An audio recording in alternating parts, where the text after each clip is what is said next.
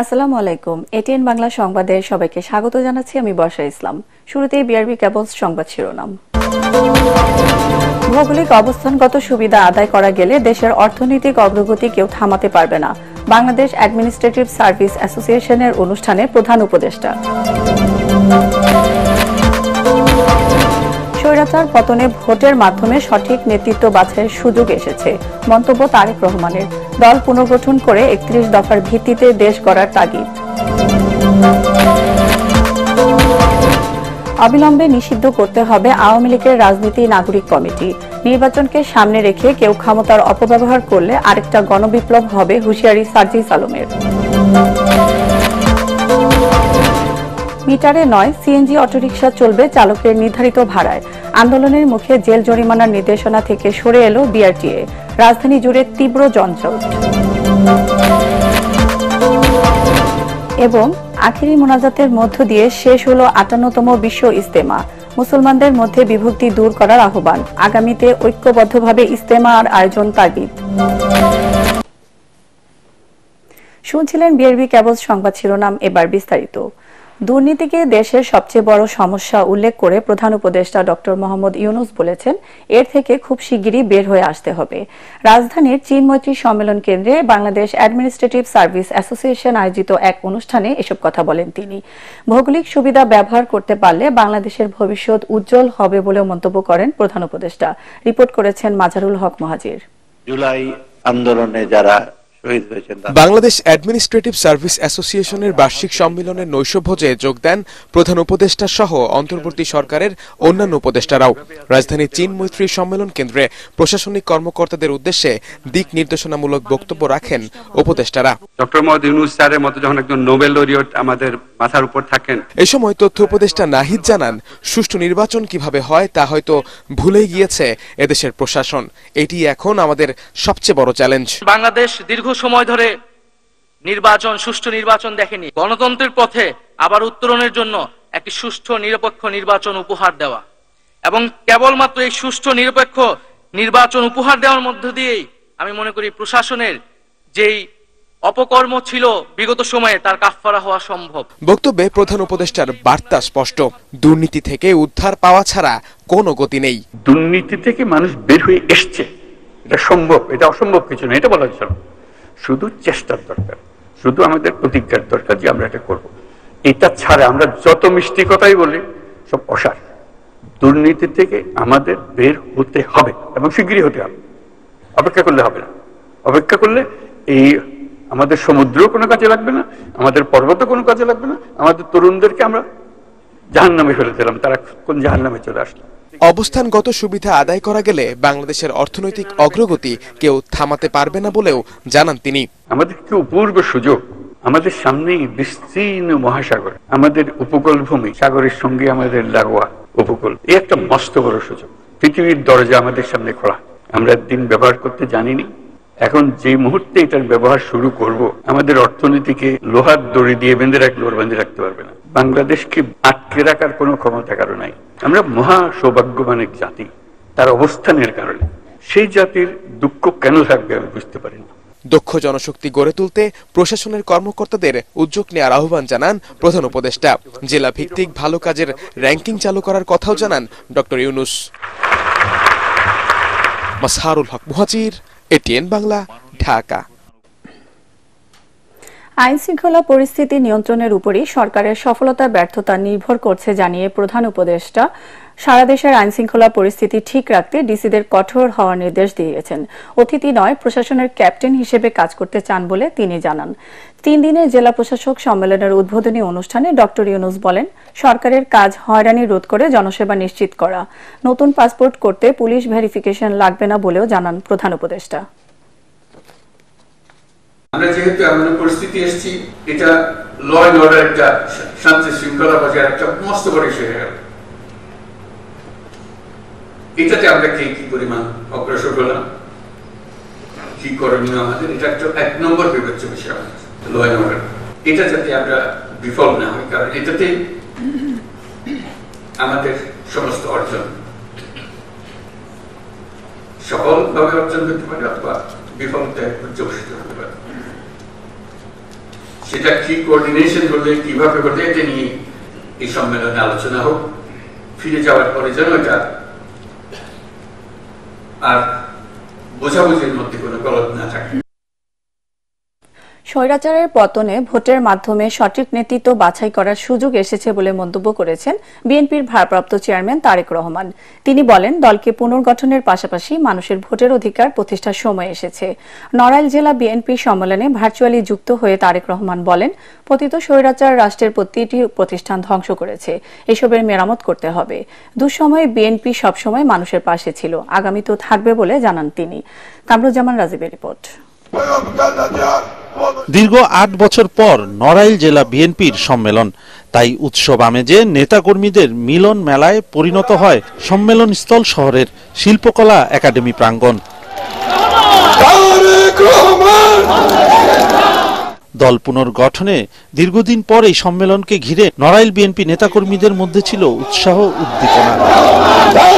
স্থানীয় নেতাদের মতে নতুন নেতৃত্ব নির্ধারণে প্রাণের সঞ্চার হবে দলের রাজনীতিতে। দ্বিবার্ষিক এই সম্মেলনে লন্ডন থেকে ভার্চুয়ালি যুক্ত হয়ে দিক নির্দেশনামূলক বক্তব্য রাখেন বিএনপির ভারপ্রাপ্ত চেয়ারম্যান তারেক রহমান। তিনি বলেন, ভোটের নামে মানুষের সাথে প্রতারণা করে স্বৈরাচার আওয়ামী লীগ নির্বাচন ব্যবস্থা সহ প্রতিটি সেক্টরকে ধ্বংস করেছে। এখন তা পুনর্গঠনের সময় এসেছে। দেশকে এগিয়ে নিতে বিএনপি অতীতের মতো ভবিষ্যতেও জনগণের পাশে থাকবে বলে জানান তারেক রহমান। আজ সামনে সময় এসেছে বাংলাদেশের মানুষের অধিকার প্রতিষ্ঠিত করার। বাংলাদেশের মানুষের গণতান্ত্রিক অধিকার, রাজনৈতিক অধিকার, অর্থনৈতিক অধিকার প্রতিষ্ঠা করার সময় এবং সুযোগ এসেছে। সাধারণ মানুষের, প্রান্তিক মানুষের অর্থনৈতিক মুক্তি অর্জনে সহযোগিতা করবে সেই নেতৃত্বকে বাছাই করার সময় এসেছে। এবং সেটি কি, কোন প্রক্রিয়া? গণতান্ত্রিকভাবে, অর্থাৎ ভোটের প্রক্রিয়ার মাধ্যমে। নেতাকর্মীদের দেশ গড়ার কাজে আত্মনিয়োগের নির্দেশ দিয়ে তিনি বলেন, মানুষ বিএনপির দিকে তাকিয়ে আছে, দেশবাসীর আকাঙ্ক্ষা পূরণে কাজ করতে হবে।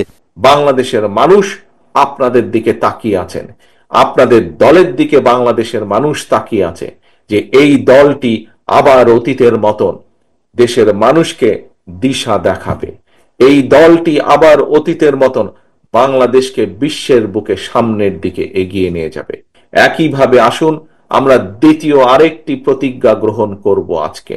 আমরা জনগণের আস্থা অর্জনের মাধ্যমে যে কোনো মূল্যে আমরা দলকে 31 দফা, দেশকে 31 দফার ভিত্তিতে আমরা গড়ে তুলব। গণতন্ত্র ও মানুষের অধিকার প্রতিষ্ঠার সংগ্রামে ঐক্য ধরে রাখার আহ্বান জানান বিএনপির ভারপ্রাপ্ত চেয়ারম্যান। আমরা উপস্থিত এখানে কামরুজ্জামান রাজীব, এটিএন বাংলা। বিএনপি মহাসচিব মির্জা ফখরুল ইসলাম আলমগীর বলেছেন, গণতন্ত্রের কোনো বিকল্প নেই।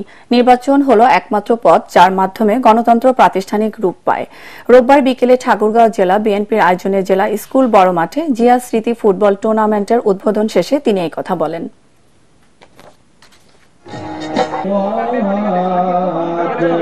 এবং সেখানে রয়েছেন রাইট উইং ব্যাক। অবশ্য গণতন্ত্রের কোনো বিকল্প নেই এবং গণতন্ত্রের কর্মটায় বিলুপ্ত হলে নির্বাচন একটি একমাত্র পথ যার মাধ্যমে আমরা গণতন্ত্রে পৌঁছতে পারি। এবং সেটাই আমাদের ফুটবলকে বলুন, ক্রিকেটকে বলুন, প্লেয়ারকে বলুন, সাংস্কৃতিক অঙ্গনকে বলুন, সুশাসন প্রতিষ্ঠা করার ক্ষেত্রে বলুন, সর্বক্ষেত্রে সেটাই হচ্ছে একমাত্র পথ যেটাকে আমরা সামনে এগিয়ে যেতে পারি। আসছে ছাত্রদের সমন্বয়ে গঠিত রাজনৈতিক দলে নারীদের শুধু অংশগ্রহণ নয়, নেতৃত্বস্থানীয় পর্যায়ে তাদের ভূমিকা থাকবে বলে জানিয়েছেন জাতীয় নাগরিক কমিটির নেতারা। রাজধানীর শাহবাগে অনুষ্ঠিত এক নারী সমাবেশে তারা বলেন, অবিলম্বে আওয়ামী লীগের রাজনীতি নিষিদ্ধ করতে হবে। একই সাথে শেখ হাসিনার বিচার নিশ্চিত করা এখন সময়ের দাবি। এ নিয়ে প্রয়োজনে ভারতের উপর চাপ প্রয়োগ করার দাবিও জানান কেউ কেউ। মাজহারুল হক মুহাজিরের রিপোর্ট। জুলাই অভ্যুত্থানে অন্যতম ভূমিকা পালন করেন এদেশের নারী সমাজ। ঢাকা বিশ্ববিদ্যালয় থেকে শুরু করে মফস্বল এলাকার নারী শিক্ষার্থীরা রাজপথে ছিলেন সরব। মা বোন সহ অনেকে আন্দোলনে সামিল হয়েছেন এক দফা দাবিতে। সেই জুলাইয়ের চেতনাকে লালন করে রাজধানীর শাহবাগে গণহত্যাকারী হাসিনা ও আওয়ামী লীগের বিচারের দাবিতে এই নারী সমাবেশ, যেখানে অংশ নেন বৈষম্য বিরোধী ছাত্র আন্দোলন, জাতীয় নাগরিক কমিটি সহ বিভিন্ন সংগঠনের নেতারা। এ সময় দেশের নারীদের রাজনীতিতে অংশ নিশ্চিত করতে হলে শেখ হাসিনার বিচার আগে নিশ্চিত করার জোর দাবি জানান অন্যতম সমন্বয়ক নুসরাত তাবাসসুম। বাংলাদেশের নারীরা আজকে যেখানে আছে আরো অনেক এগিয়ে থাকতে পারতো যদি না শেখ হাসিনার মতো একটি কালসাপ বাংলাদেশ আগে থাকতো। নারী সমাবেশে অংশ নিয়ে নাগরিক কমিটির নেতারা আওয়ামী লীগের রাজনীতি নিষিদ্ধের দাবি জানান। সিদ্ধান্ত গ্রহণের টেবিলে বসিয়েছে এই নাগরিক কমিটি এবং সামনে যে নতুন রাজনৈতিক দল আসবে সেখানে নারীদেরকে নেতৃত্ব স্থানীয় জায়গায় এবং সিদ্ধান্ত গ্রহণের টেবিলে আমরা দেখতে পাবো। না নারী না পুরুষ কোনো অংশের নিরাপত্তা নিশ্চিত করা সম্ভব নয়। ভারত সরকারের সঙ্গে কথা বলে প্রয়োজনে আন্তর্জাতিক পর্যায়ে চাপ প্রয়োগ করে আন্তর্জাতিক পরিমণ্ডলে বাংলাদেশের পরিস্থিতিকে ব্যাখ্যা করে আন্তর্জাতিক ফোরামগুলোকে অ্যাক্টিভেট করে শেখ হাসিনাকে দেশে ফিরিয়ে নিয়ে এসে তাকে বিচারের মুখোমুখি দাঁড় করাতে হবে। আমরা শুধু নারীদের পার্টিসিপেশন চাই না, আমরা নারীদেরকে ডিসিশন মেকিং এ চাই, আমরা নারীদেরকে গণপরিষদে চাই, আমরা নারীদের পার্লামেন্টে চাই, কোনো সংরক্ষিত আসেন না। সমাবেশে দেশের বিভিন্ন প্রান্ত থেকে আসা প্রতিনিধিরাও অংশ নেন। বিগত 15 বছর শেখ হাসিনার জন্যই নারীরা এগিয়ে থাকতে পারেনি বলেও জানান এই সমাবেশের বক্তারা। মাজহারুল হক মুহাজির, এটিএন বাংলা, ঢাকা। আগামী জাতীয় নির্বাচনকে সামনে রেখে কেউ ক্ষমতার অপব্যবহারের চেষ্টা করলে দেশে আরেকটাও গণবিপ্লব হবে বলে হুঁশিয়ারি দিয়েছেন জাতীয় নাগরিক কমিটির মুখ্য সংগঠক সার্জিস আলম। গণ অভ্যুত্থানের কারিগররাই আগামীর বাংলাদেশের নেতৃত্বের সামনের সারিতে থাকবে বলে মনে করেন তিনি। নারায়ণগঞ্জের সোনারগাঁয়ে নতুন রাজনৈতিক দল গঠনের মতামত সংগ্রহের সময় সার্জিস আলম জানান, চলতি ফেব্রুয়ারিতেই দেশে ছাত্রদের নতুন রাজনৈতিক দলের ঘোষণা হবে। নারায়ণগঞ্জ প্রতিনিধি আব্দুস সালামকে সাথে নিয়ে রিপোর্ট করেছেন আদিন সচিব। 24-এর গণ অভ্যুত্থানের নায়কদের হাত ধরেই নতুন রাজনৈতিক দল আসছে, এই খবরটা পুরনো হলেও কবে আত্মপ্রকাশ করছে, কারা নেতৃত্বে থাকছেন এবং কি বা এই দলের নাম, এসব নিয়ে এখন আলোচনা বেশি হচ্ছে। জন আকাঙ্ক্ষার রাজনৈতিক দল গঠন করতে বেশ কিছুদিন ধরেই জনমত সংগ্রহ করছে বৈষম্য বিরোধী ছাত্র আন্দোলন এবং জাতীয় নাগরিক কমিটি। তারই অংশ হিসেবে নারায়ণগঞ্জে যান গণ অভ্যুত্থানের কারিগররা।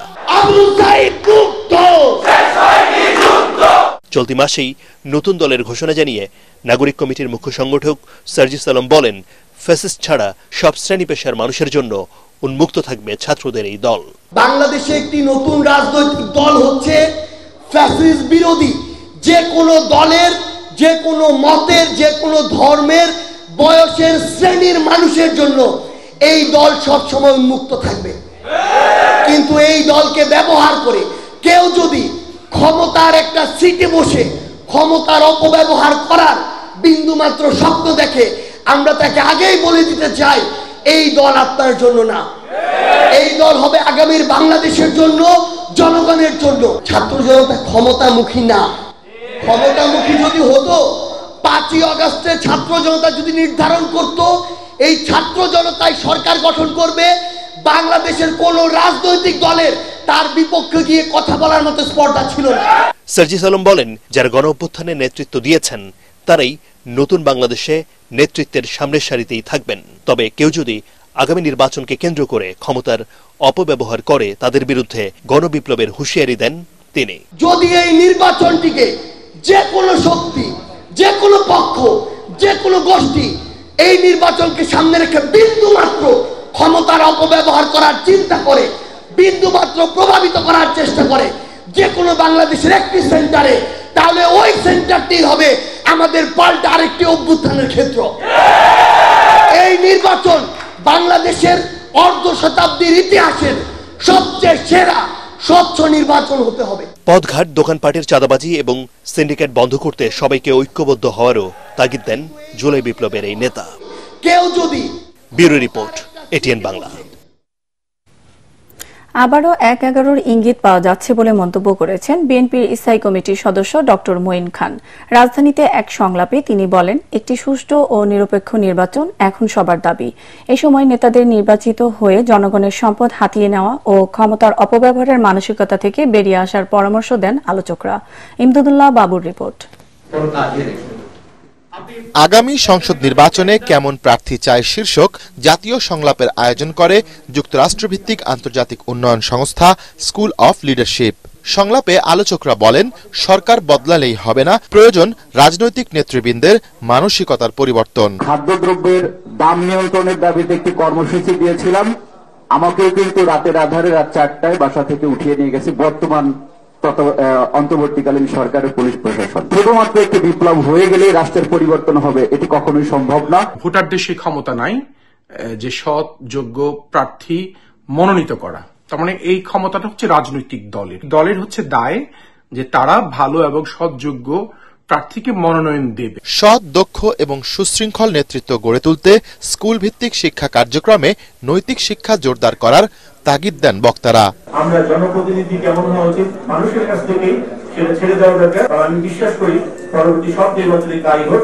যাদের ইন্টেলেকচুয়াল ক্যাপাসিটি ভালো থাকে, যাদের কন্ট্রিবিউশন রাখার ক্যাপাসিটি ভালো থাকে, এরা পার্টির নেতৃত্বের প্রতি অন্ধভাবে অনুগত হবে না। কি কি ক্রাইটেরিয়া আনলে রাজনীতিতে অর্থ, পেশি শক্তি কিংবা পপুলিজমের প্রভাব থেকে মুক্ত করা যায়? ক্ষমতা ব্যবস্থার চরিত্র বদলানোটাই হচ্ছে নতুন রাজনৈতিক ব্যবস্থা বন্দোবস্ত। এতে বিশ্লেষকরা বলেন, রাজনীতিকে অর্থ ও পেশি শক্তি মুক্ত করা গেলে নীতিবান রাজনীতিবিদদের সমন্বয়ে পরিচ্ছন্ন সংসদ পাওয়া সম্ভব। মানুষ 2018, 14, 18 আর 24 সালের নির্বাচন নিয়ে প্রশ্ন তোলে, 8 সালের যে ডিসেম্বরের যে নির্বাচন সেটা নিয়ে কেন প্রশ্ন তোলে না? 1-11 যে পরিকল্পনা, রাজনীতিকীকরণ, সেই সমস্যা আমি আজকে কিন্তু আবার নতুন করে দেখতে পাচ্ছি তার একটি ইঙ্গিত আজকে নতুন করে এখানে চলে এসেছে। নির্বাচন এখন দরকার, কারণ 17 বছরকে ভোট দিতে পারিনি। সেই নির্বাচনে হয়তো এবার যে প্রার্থীর কথা বলছেন সে প্রার্থী হয়তো অনেকেই বিবেচনা করবে, বিশেষ করে রাজনৈতিক দলগুলো। অনুষ্ঠানে শিক্ষাবিদ, সাংবাদিক, গবেষক ও ব্যবসায়ী সহ বিভিন্ন শ্রেণী পেশার মানুষ অংশ নেন। ইমদাদুল্লাহ বাবু, ATN বাংলা, ঢাকা। হাইকোর্টের রায়ে নিয়োগ বাতিল হওয়া প্রাথমিক বিদ্যালয়ের সহকারী শিক্ষক পদে নির্বাচিতদের উপর জলকামান ও টিয়ার সেল নিক্ষেপ করে ছত্রভঙ্গ করে দেয় পুলিশ। এ সময় অনেককে লাঠিপেটাও করা হয়। বিকেল 4টার দিকে শিক্ষা ভবনের সামনে সচিবালয়মুখী সড়কে এ ঘটনা ঘটে। এর আগে বেলা 11টায় শাহবাগের জাতীয় জাদুঘর মোড়ে জড়ো হতে শুরু করেন আন্দোলনকারীরা। বিকেল 3টার দিকে সেখান থেকে পদযাত্রা শুরু করেন তারা। শাহবাগ থেকে তারা ঢাকা বিশ্ববিদ্যালয়ের TSC হয়ে হাইকোর্ট মাজার রোডের দিকে যান, পরে রওনা দেন সচিবালয় দিকে। এই সময় পুলিশ শিক্ষা ভবনের সামনে সড়কে তাদের ব্যারিকেড দিয়ে আটকে দেয়। পরে আন্দোলনকারীদের উপর টিয়ার সেল ও জলকামান নিক্ষেপ করে পুলিশ।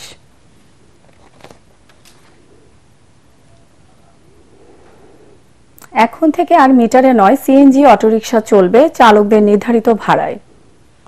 সকালে অটোরিকশা চালকদের বিক্ষোভের মুখে জেল জরিমানার নির্দেশনা থেকে সরে এসেছে বাংলাদেশ সড়ক পরিবহন কর্তৃপক্ষ BRTA।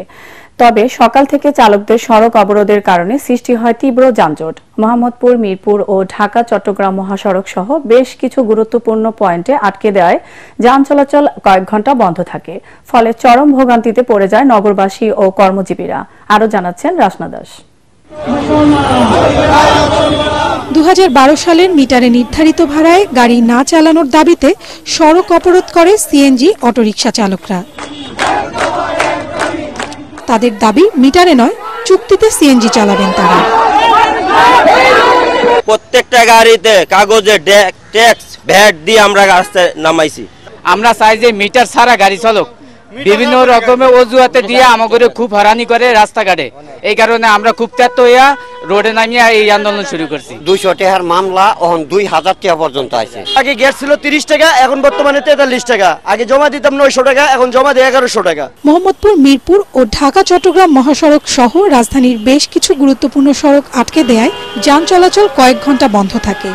এতে চরম ভোগান্তিতে পড়েন নগরবাসী। আমার পরীক্ষা 20 মিনিট লেট হয়ে গেছে, আমি এত জ্যাম রাস্তা। আমিনবাজার থেকে আমার আসতে প্রায় 1 ঘন্টা 40-45 মিনিটের মতো লাগছে, মানে অসহনীয় জ্যাম আর কি। এখন আমি আধা ঘন্টার মতো জ্যামে থেকে আসছি। বসে সমাধান করা উচিত, কিন্তু রাস্তায় জনগণকে দুর্ভোগ দিয়ে কষ্ট দেওয়া উচিত না। অনেক সময় দেখা যায় বর্ষাকালে বা যখন একটু ক্রাইসিস থাকে তখন তারা অনেক ডাবল ভাড়াও অনেক সময় চায়, তো এইগুলা দূর হবে যদি মিটারে চলে। পরে আন্দোলনের মুখে সিদ্ধান্ত বাতিল করে Bangladesh road transport authority. BRTA পরিচালক শীতাংশু শেখর বিশ্বাস স্বাক্ষরিত এক বিজ্ঞপ্তিতে এই সিদ্ধান্ত জানানো হয়।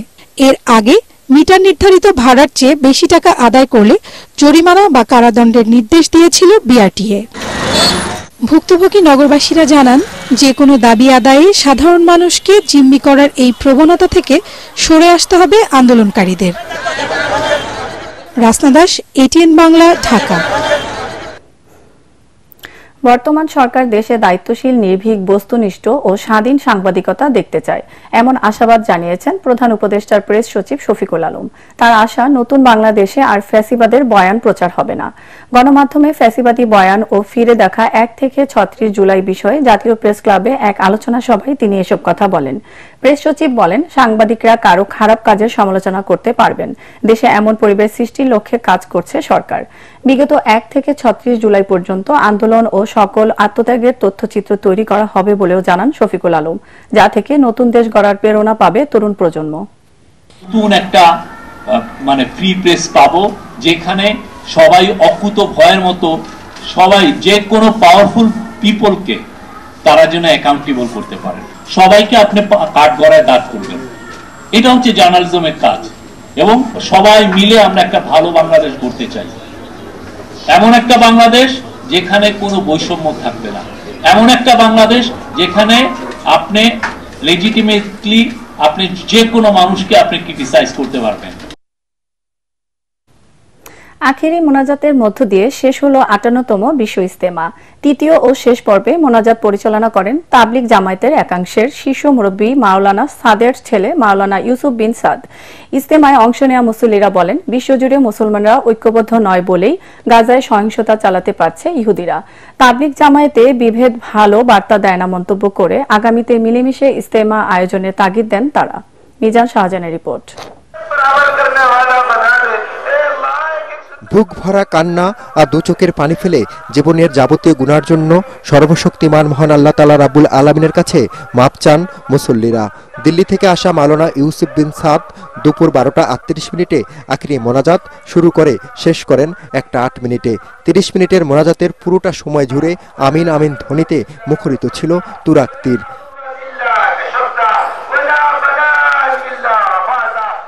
3 দিনের ইজতেমায় অংশগ্রহণকারীদের পাশাপাশি সকাল থেকে আশপাশ থেকে ইজতেমা ময়দানে জড়ো হন ধর্মপ্রাণ মুসল্লিরা। অনেকেই মহাসড়কে বসে শরীক হন আখেরি মোনাজাতে।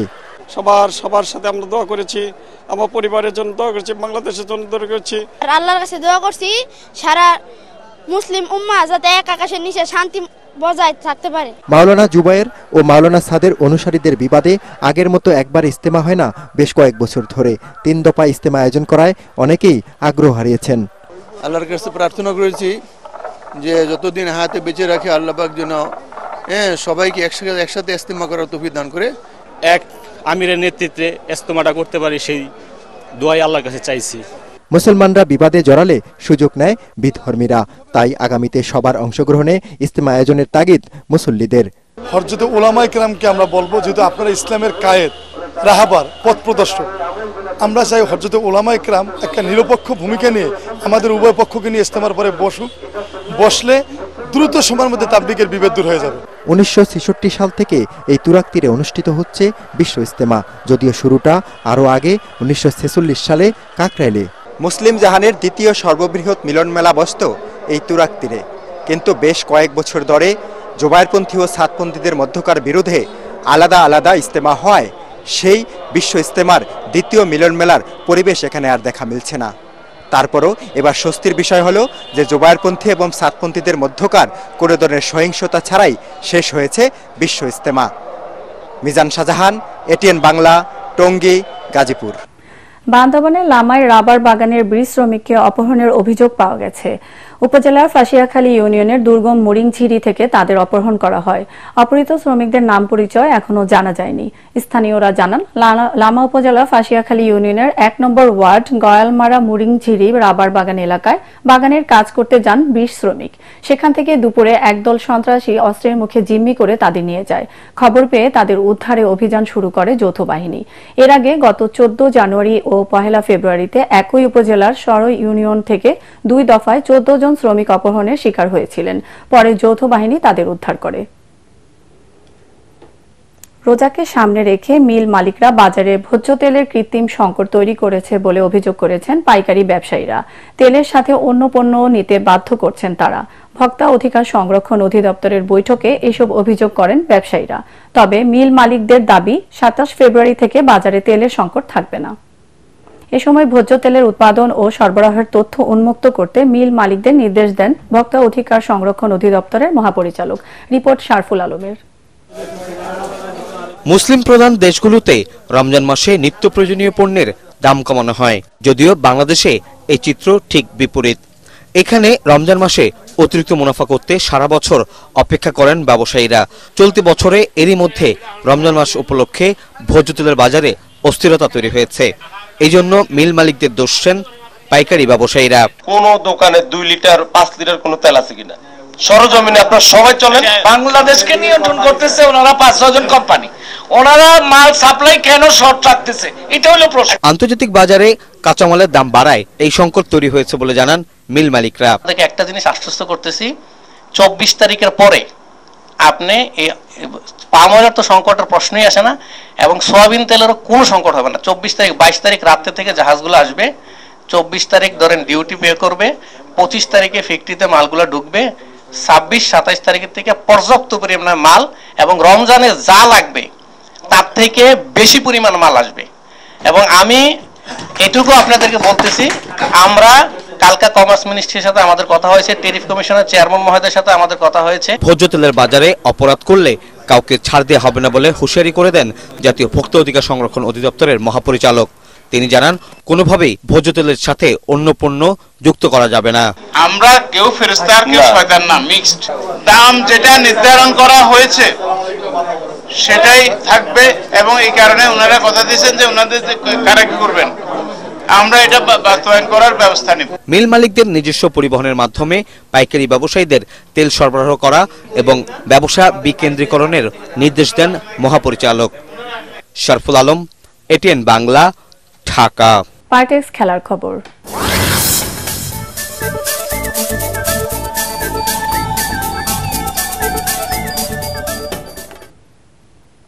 চ্যাম্পিয়ন্স ট্রফিকে সামনে রেখে আজ পাকিস্তান সায়েন্সের বিপক্ষে প্রস্তুতি ম্যাচ খেলবে বাংলাদেশ।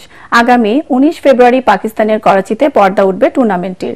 পরের দিনই দুবাই ভারতের বিপক্ষে ম্যাচ দিয়ে প্রতিযোগিতা শুরু করবে নাজমুল হোসেন শান্তর দল। তার আগে দুবাই পাকিস্তান ও দলের বিপক্ষে একটি প্রস্তুতি ম্যাচ খেলার সুযোগ পাচ্ছে টাইগাররা। রোববার প্রথমবারের মতো অনুশীলন করেন মুশফিক রিয়াদরা।